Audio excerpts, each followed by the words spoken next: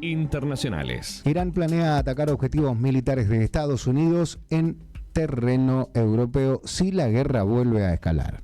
Las bases militares de Bulgaria y Chipre figuran entre los posibles blancos, mientras crece en Teherán la convicción de que la reanudación del conflicto es solamente cuestión de tiempo. Donald Trump dijo que no hay diálogo abierto y que mantendrá el bloqueo a los puertos persas. Irán continúa por estos momentos evaluando la posibilidad de atacar blancos militares estadounidenses en Europa en caso de que el presidente Donald Trump decida escalar la guerra, según las personas cercanas al régimen citadas por el Financial Times de Estados Unidos. En otra publicación británica se reporta que Teherán analiza sus opciones para elevar la apuesta del conflicto, en momentos en que las negociaciones para reabrir el estrecho de Hormuz permanecen estancadas y los precios del crudo, tanto Brent como WTI, vuelven a aumentar. Según este reporte, dos fuentes cercanas al régimen de Irán dijeron al FT que las fuerzas iraníes, FT es el Financial Times, que las fuerzas iraníes evaluaron atacar objetivos y activos estadounidenses en países del sudeste de Europa, como por ejemplo Bulgaria. País que el mes pasado autorizó el uso de su base aérea de Besmer para aviones de reabastecimiento estadounidenses. Una de las fuentes también agregó que Chipre, la isla de Chipre, donde una base aérea británica fue alcanzada por un dron en marzo, también figura entre los posibles blancos de represalia ante una eventual nueva ofensiva estadounidense en suelo iraní. Estas mismas fuentes indicaron además que las fuerzas iraníes analizaron por separado la posibilidad de atacar cables submarinos de fibra óptica en el estrecho de Hormuz en caso de escalada bélica. Según el Financial Times, las amenazas reflejan el ánimo desafiante que impera en Irán, donde cada vez más sectores del régimen consideran que la reanudación de la guerra es cuestión de cuándo, no de si se realizará. Las negociaciones para reabrir el estrecho se estancaron y el líder supremo, Mojtaba Khamenei, promovió la semana pasada a referentes de la línea dura a los principales cargos de seguridad y militares. Donald Trump, por su parte, dijo el martes que no hay conversaciones ni diálogos en curso ni programados con Teherán. Nacionales. Sudamérica produce entre 3.800 y 4.000 toneladas de cocaína por año. Esto lo reveló la ministra de Seguridad Alejandra Monteoliva. La ministra participa de la 40ª Conferencia Internacional para el Control de Drogas que reúne por primera vez en el país, en Argentina, a delegados de 120 naciones, bajo el liderazgo, obviamente, de la DEA. También anticipó los detalles del operativo de seguridad para la visita del Papa León XIV, León XIV, prevista del 8 al 11 de noviembre. Argentina, como sede de esta cumbre antidrogas, la cumbre antidrogas más grande del mundo, y los preparativos para recibir al Papa León XIV fueron noticia, los dos ejes de una extensa entrevista que la ministra de Seguridad de la Nación, Alejandra Monteoliva, le concedió este miércoles al periodista Eduardo Feynman en Radio Mitre. En el tramo más denso de la charla, Monteoliva expuso datos que ubican a Sudamérica como el mayor productor de cocaína del planeta y explicó por qué la elección de Buenos Aires como sede de la 40ª Conferencia Internacional para el Control de Drogas, el foro antinarcóticos más relevante del mundo, por supuesto organizado por la DEA. Y dijo lo siguiente, en sus propias palabras: un voto de confianza muy importante para la Argentina y un mensaje al mundo, dijo Monteoliva. La ministra fue categórica al describir el escenario regional. Sudamérica es identificada hoy como el epicentro de la cocaína, el epicentro de la cocaína mundial, reiteró. Y aportó la cifra que sostiene esa afirmación: el continente produce entre 3.800 y 4.000 toneladas de cocaína por año. Pero la distinción no termina ahí. Monteoliva citó el último informe de la Organización Mundial de Aduanas para mostrar un cambio en el mapa de las incautaciones globales. Cuando se analizan los puertos de procedencia de los cargamentos decomisados, ya sea en Sudáfrica, en puertos del norte de Europa o en el sudeste asiático, Argentina aparece último en el puesto del ranking. Antes era un colador, Argentina era una cosa impresionante, dijo. La ministra dijo: Argentina está en el último puesto, en el primer puesto está Brasil. Uruguay, añadió, también se ubica por encima de Argentina en ese listado. Deportes. Bueno, sorpresa en la Fórmula 1, amigos. Isaac Hadjar, que tuvo su primer podio este año en la Fórmula 1.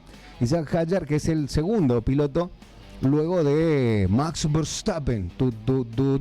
Bueno, Max Verstappen está en perfectas condiciones. El que se lesionó es Isaac Hadjar y provocó un intercambio entre las escuderías del Toro Rojo, de Red Bull. El piloto atraviesa un problema en una de sus muñecas provocado por una lesión en un entrenamiento y no va a correr en el Gran Premio de Países Bajos. A ver, el inconveniente fue confirmado por la categoría, por la Fórmula 1, y la escudería decidió recurrir a Liam Lawson, uno de los que habían subido y bajaron después de 3 carreras, una cosa inédita en la historia de la Fórmula 1, y dejará momentáneamente a Racing Bull, donde le está yendo muy bien, para ocupar la butaca del francés junto a Max Verstappen. El texto citado dice así: urgente, Isaac Hadjar se perderá el Gran Premio de Holanda este fin de semana debido a una lesión. Liam Lawson lo reemplazará en Red Bull Racing. Esperemos ver a Isaac pronto tras una rápida recuperación, comunicaron desde la Fórmula 1 al anunciar la modificación. El cambio lógicamente no se limita ahí, porque claro, Racing Bulls va a quedar con uno menos. Bueno, Yuki Tsunoda, anterior compañero de Max Verstappen, que perdió el lugar a manos de Isaac Hadjar, bueno, volverá a ser titular en Racing Bulls, y ya que tomará el lugar que deja vacante Liam Lawson. El japonés se encontraba actualmente como piloto de pruebas y reserva después de haber perdido su asiento a finales de 2025. Internacionales. Bueno, tenemos que remontar nuevamente a Bolivia. En Bolivia están pasando cosas extrañas desde la asunción de Rodrigo Paz, el actual presidente boliviano, que es un amigo del presidente argentino y que comparten, o por lo menos han compartido, un asesor. En este caso es Cerimedo. ¿Quién es Cerimedo? Bueno, Fernando Cerimedo fue el encargado y asesor de la comunicación digital del presidente Milei, y se lo vincula con algunos canales libertarios, y fue uno de los fundadores de La Derecha Radio en su momento, de La Derecha Diario en su momento. Bueno, la Fiscalía de Bolivia abre un segundo proceso contra Fernando Cerimedo por presunto enriquecimiento ilícito. ¿Te suena? Decían en un meme. El asesor del presidente Rodrigo Paz está detenido en el marco de una investigación por el ataque armado a una abogada que es su esposa. En paralelo, la Fiscalía de La Paz abrió otro caso y también allanó su vivienda. A ver, Fernando Cerimedo, asesor del presidente de Bolivia, Rodrigo Paz, enfrenta a un argentino también él, ¿no? Fernando Cerimedo, tiene un nuevo proceso judicial por el delito de enriquecimiento ilícito. El caso fue abierto de oficio por la Fiscalía Departamental de La Paz tras su implicación por el presunto intento de femicidio contra una abogada que formaría parte de su equipo. Si no viste los videos en las redes sociales, este hecho fue con 2 deliveries, con casco, con su mochila cuadradita, como cubo, le disparan a quemarropa a la mujer. Ella se hace la muerta y por eso se salva. Luego, ya en custodia, y por supuesto atendida por los médicos, vincula su intento de asesinato con su marido, su pareja, Fernando Cerimedo, y muestra los chats donde la instiga, la hostiga y también, por supuesto, la amenaza.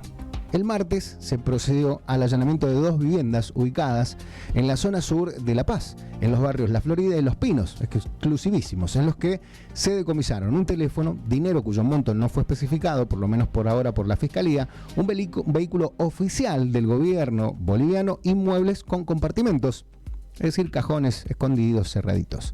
Según se observa en las fotografías difundidas por la Fiscalía, en el domicilio se encontraron cajones llenos de dinero y tarjetas de presentación con el sello de la oficina del presidente, en las que el consultor argentino se identificaba como asesor principal del presidente Rodrigo Paz.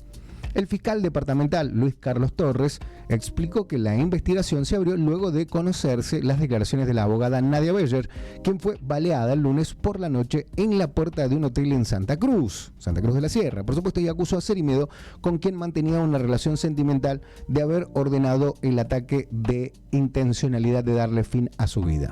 Desde la cama de una clínica en la que recibe atención médica, Beller acusó a Cerimedo de una serie de irregularidades. Dio detalles de cómo operaba, vinculó al entorno familiar del presidente e incluyó a su esposa, Vivi Urquidi, en presuntos casos de corrupción relacionados con la distribución de combustible, y mencionó la existencia de un grupo de élite policial que responde a sus órdenes. Rodrigo Paz no gobierna, gobierna Fernando Cerimedo, afirmó tajantemente. Nacionales. Bueno, vamos al ámbito nacional. El gobierno nacional está por estos momentos tratando de tener ser un brazo fuerte de cara a las elecciones por si no funciona el tema de la suspensión o eliminación de las PASO. La eliminación ya está descartada, tienen esperanzas todavía de la suspensión de las PASO, pero por las dudas están armando algo que les pueda dar un poquitito más de músculo político. Bueno, el gobierno hoy por hoy descuenta la unidad del peronismo en 2027, por eso negocia con el PRO y sigue de cerca a los outsiders como Dante Gebel. Si bien en Casa Rosada detectan un adelantamiento en los tiempos electorales, la Libertad Avanza evalúa los potenciales escenarios, el desafío de la reelección, la importancia del repunte económico y por supuesto el optimismo del oficialismo son los ejes centrales.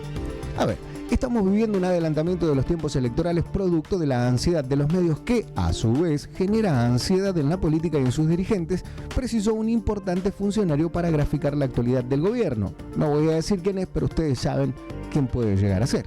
Más allá del diagnóstico, hace meses que la administración libertaria trabaja en el operativo reelección de Javier Milei y evalúa los distintos escenarios conforme se mueven las piezas del tablero político.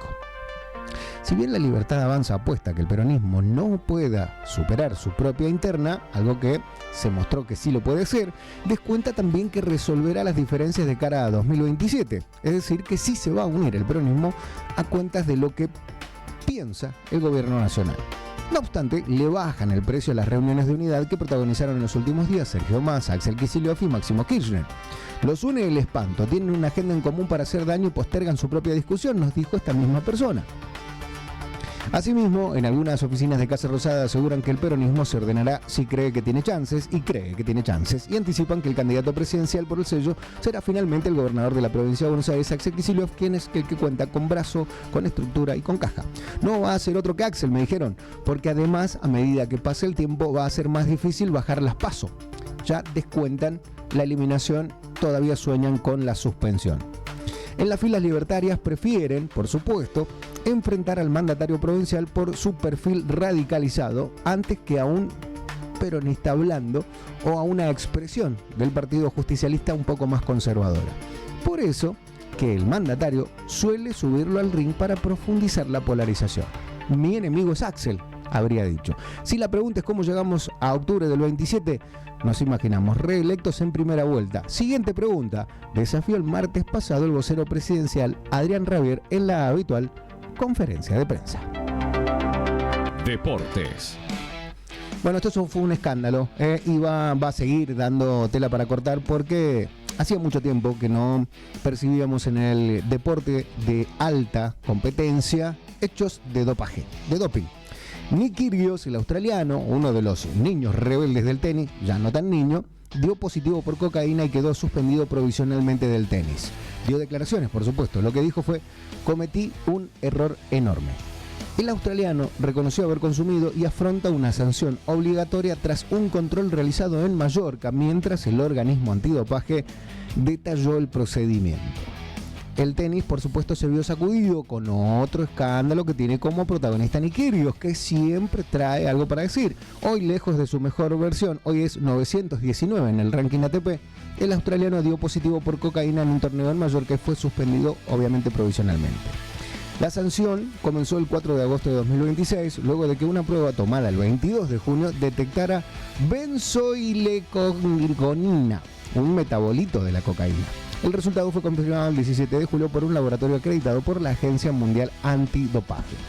La sustancia, por supuesto, está prohibida en las competencias y, según la Agencia Internacional para la Integridad del Tenis, así se llama la agencia, Agencia Internacional para la Integridad del Tenis, su detección activa una suspensión provisional obligatoria. El reglamento contempla, de todos modos, posibles reducciones de la sanción cuando el consumo se produce fuera de competencia y son drogas que no son para potenciar el rendimiento deportivo, sino recreativas, como le suelen decir.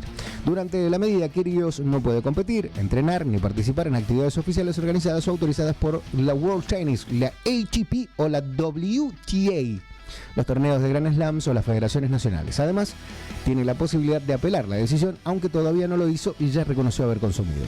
Tiene 31 años, Nick. Y atraviesa una etapa compleja de su carrera. Su mejor posición fue el ranking número 13, no llegó al top 10. Y esto lo alcanzó en 2016, 10 años atrás. Mientras que en los últimos años sufrió distintas lesiones que, según explicó, tuvieron un fuerte impacto en su bienestar físico y mental. ¿Qué dijo? Dijo lo siguiente: recientemente he dado positivo en un control antidopaje en Mallorca por consumo de cocaína.